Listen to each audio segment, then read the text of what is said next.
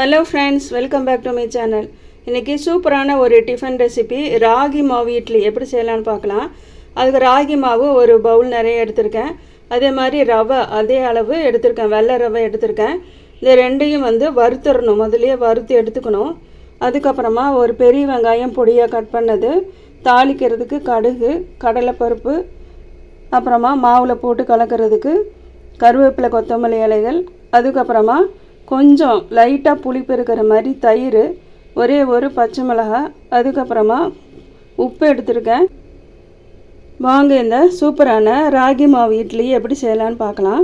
இது ரொம்ப ஹெல்த்தியான ஒரு பிரேக்ஃபாஸ்ட் ரெசிபி, நைட் டிஃபனு கூட செய்யலாம். வாங்க இது எப்படி செய்யலான்னு பார்க்கலாம். இப்போ ஸ்டவ் பற்றி வச்சு ஒரு பேன் வச்சுருக்கேன், எண்ணெய் ஊற்றிருக்கேன். எண்ணெய் ஹீட் ஆகிடுச்சு. இப்போது கடுகு போட்டுடலாம். கடுகு பொரியட்டும்.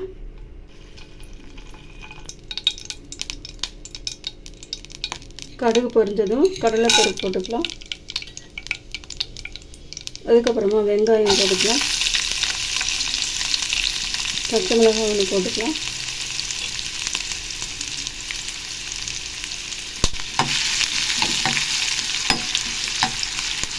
இதையே வதக்கிக்கலாம்.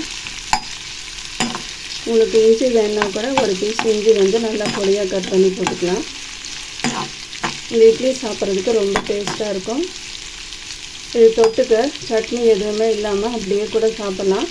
ரொம்ப சூப்பர் டேஸ்ட்டாக இருக்கும். உங்களுக்கு தேவைப்பட்டால் உங்களுக்கு பிடித்தமான சட்னி சைட் டிஷ் அரைச்சி வச்சு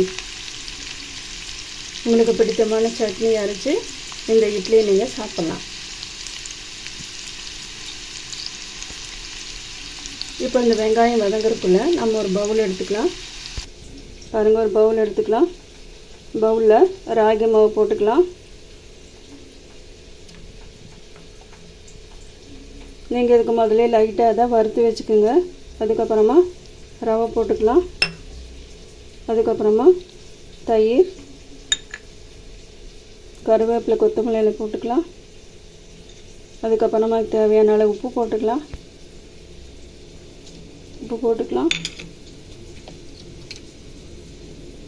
இப்போ முதல்ல இதை ஒரு ஸ்பூன் வச்சு நல்லா இதை கலக்கிடலாம். எல்லாமே இந்த பவுலில் போட்டாச்சு. ஒரு ஸ்பூன் வச்சு இதை நல்லா மிக்ஸ் பண்ணிடலாம்.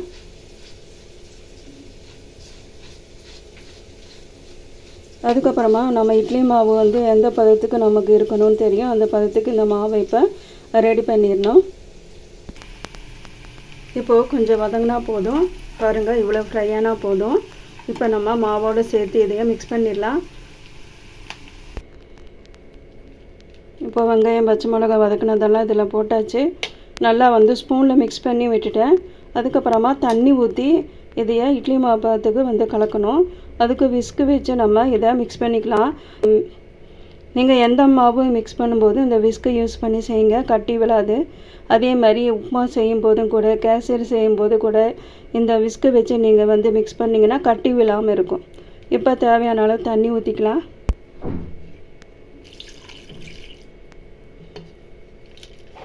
இப்போ இதையே மிக்ஸ் பண்ணிடலாம். பாருங்கள், மிக்ஸ் பண்ணியாச்சு. இன்னும் கொஞ்சம் தண்ணி ஊற்றிடலாம். ரவை போட்டதுனால ஒரு 5 நிமிஷம் இதை ஊற வச்சுட்டு அதுக்கப்புறமா நம்ம இதை இட்லி ஊற்ற ஆரம்பிச்சிடலாம்.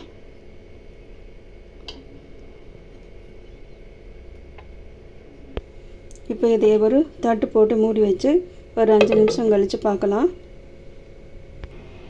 5 நிமிஷத்துக்கு மேலேயே ஆயிடுச்சு ஃப்ரெண்ட்ஸ். இதை ஓப்பன் பண்ணி பார்த்துடலாம். பாருங்கள், ரவை நல்லா ஊறிடுச்சு. இப்போ நம்ம இட்லி ஊற்ற ஆரம்பிச்சிடலாம். இப்போ இட்லி தட்டில் எண்ணெய் தடவி ரெடியாக வச்சுருக்கேன். இப்போ ஊற்றிக்கலாம். ஊற்றியாச்சு. இப்போ நான் இட்லி பாத்திரம் அடுப்பில் வச்சு தண்ணி ஊற்றி ரெடி பண்ணி வச்சுருக்கேன். தண்ணி ஹீட் ஆகிடுச்சு. இப்போ இட்லி பாத்திரத்துக்குள்ளே வச்சு இந்த இட்லியை வேக வச்சிடலாம். ஒரு தட்டு ஊற்றி வச்சுருக்கேன்.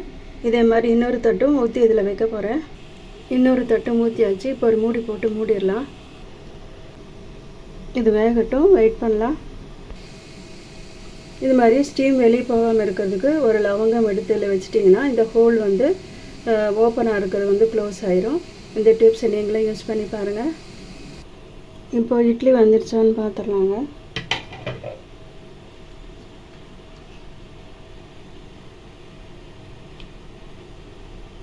பாருங்கள், ஒட்டவே இல்லை, நல்லா வெந்துருச்சு. இப்போ இந்த இட்லி எடுத்துடலாம். ஸ்டவ் ஆஃப் பண்ணிடலாம். சாஃப்டான மிருதுவான கேழ்வரகு மாவு இட்லி செஞ்சாச்சு. பாருங்கள் எவ்வளோ சூப்பராக இருக்குது பாருங்கள். இதுக்கு தொட்டு சாப்பிட்றதுக்கு வெங்காய சட்னி நல்லா காரசாரமாக சூப்பராக இருக்கும். இதோடு தொட்டு சாப்பிட இது மாதிரி நீங்களும் சட்னி இது மாதிரி ரெடி பண்ணி நீங்கள் சாப்பிட்டு பாருங்கள். நீங்களும் வீட்டில் இதே மாதிரி கேழ்வரகு மாவு இட்லி நீங்கள் செஞ்சுருந்தீங்கன்னா எனக்கு கமெண்ட் பண்ணுங்கள். வேறு ஏதாவது ரெசிபி வேணும்னாலும் கமெண்ட் பண்ணுங்கள். சப்ஸ்கிரைப் பண்ணுங்கள். மறக்காமல் பெல் ஐக்கானை கிளிக் பண்ணுங்கள். மீண்டும் இதே மாதிரி ஒரு ரெசிபியோட அடுத்த வீடியோவில் உங்களை நான் சந்திக்கிறேன். தேங்க்யூ ஃபார் வாட்சிங்.